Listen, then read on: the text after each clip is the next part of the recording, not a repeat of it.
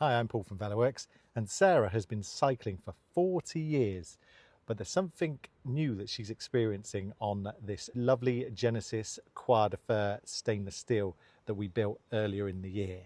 What do you think it is that she is new to experiencing? Is it the custom built bike? Is it the steel bike? Or is it drop handlebars? Come join us to find out what is new for her riding this bike, and also what cheeky little upgrade have we done to the Genesis.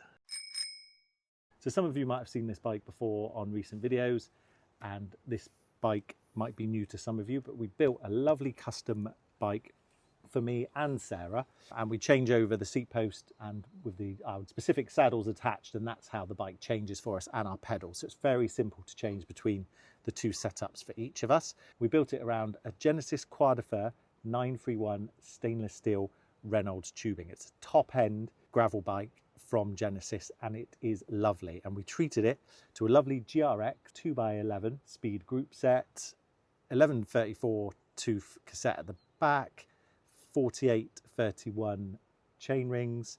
We blinged it up with some Shimano Pro bars. Pro is Shimano's finishing kit, so Pro bars and seat post and stem.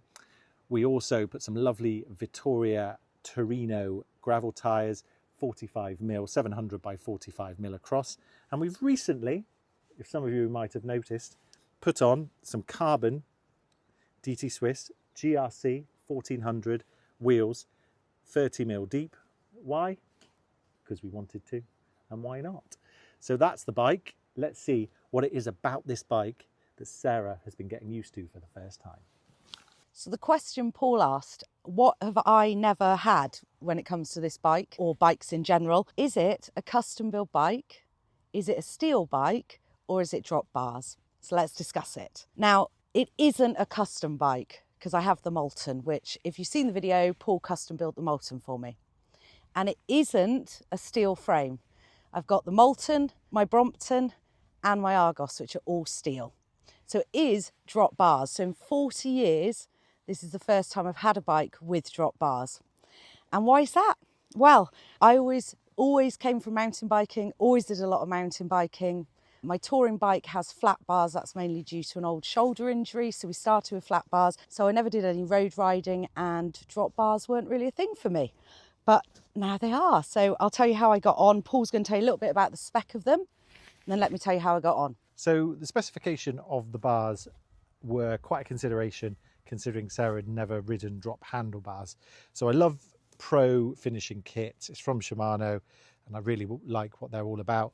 And we went for a 42mm wide, so from shifter to shifter, or end of the handlebars to end of the handlebars, and a shallow drop. So these are the Pro LT handlebars, and the reason for the shallow drop is it's just less of a reach. With kind of old school bikes, or like my Argos, if you've seen a video on the Argos, which is retro, that came with really long drops, so it does mean that you're kind of really hunched over, whereas this bike, because it's got a really nice geometry and you're actually sat back more, sloping top tube, it does mean that you can spend a little bit more time on the drops if you want. Therefore, if the drops are in easy reach, like a shallow drop, you can generally spend a bit more time on them. We've also adjusted the levers, the brake levers, so they're as pulled back as much as they can be. So when Sarah and myself are on the drops, we can find it easy to reach. They're not kind of out here. We've brought them back on their most minimum setting. The bar tape is from Cinelli, and I always make sure it's doubled over on all of the points, or maybe not tripled over, but really doubled over where you're going to be gripping the bars. So it's nice and spongy there. It's nice and spongy on the top for when you're like that. This is a little bit less spongy because you haven't got as much pressure on there. And that's kind of the way I do it. And so far, it seems to have worked out really well. So how have I found drop bars? I'm in my 40s, never ridden them before. I was pretty nervous. And instantly, as soon as I got on the bike, just up and down our road, I was like, oh, this is great. I was on the tops and the hoods. I was like, brilliant, I can do this. And then we tried it on some flat down on the drops, fine. The first time I went down a steep hill from the top of Bristol down into the centre, yeah, that was pretty scary. Totally different riding position, and it's just something I need to get used to, which I've been doing. So I'm just trying it in all different positions. But yeah, it is different, but I love it. So my experience, which is, only a couple of months, 3 or 4 months, I'm just going to give some tips on what I found helped try and drop bars for the first time if you haven't. So the first thing we did is I wasn't clipped in.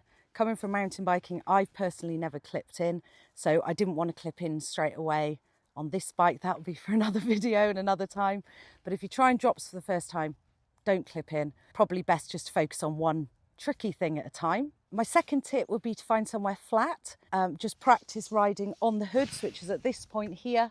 So you can brake from here and on the top and just get confident doing that. And then still on the flat, practice going down to the drops and just make sure the brake levers are in the right position. As Paul said, my fingers are a bit shorter, so he's brought in the brake levers a bit for me because I was far too stretched out when we originally put them on and I couldn't reach them. So practice all that on the flat, not clips in. And then finally, just keep riding it. You can just go slow. Just because you've got a fast bike doesn't mean when you're getting used to it, you shouldn't go slow. Just keep different positions. And yeah, I love it. I think I'm a convert. So just ridden up onto Dartmoor. It is beautiful. There's Dartmoor ponies everywhere and probably on the bottom of my shoes, some evidence of them. And yeah, you can see the wonderful view around us. And I'm going to pass over to Paul and he's going to finish off and just explain a couple of extra points. So thanks for watching the video. And if you like what we do, please subscribe. Sarah's made some really good points about her getting used to drop handlebars. I've ridden drop handlebars a lot of my life, so it's kind of second nature. But looking at Sarah on the bike, I would say she's like a duck to water. Like a duck to water is what I would say. One more thing I would do, apart from all of her points, is get a bike fit. I see far too many people stretched out, especially on road bikes. They maybe have just bought it and the stem's far too long. Whereas you notice on this one, the stem is actually almost a mountain bike standard. It's like 60mm because that suits us both better with this bike. So that bit is really important to look at, and a bike fit will help with that. I'm able to roughly fit a bike to someone. I do that when I do custom builds. I'm not a bike fitter, but generally I've got this bike, I would say, pretty well set up for me and Sarah. She's got an inline seat post, I've got a layback one, and there's little fatigue between the two of us when we're riding this bike. But for you, if you need one, if you find that your bike's not working for you, you want to up the mileage, but you feel as though the position's not right, definitely bike fit, bike fit, bike fit. So again, thanks for watching what we do. And if you like what we do, please subscribe. We're now going to go enjoy a leisurely roll off Dartmoor back into Plymouth.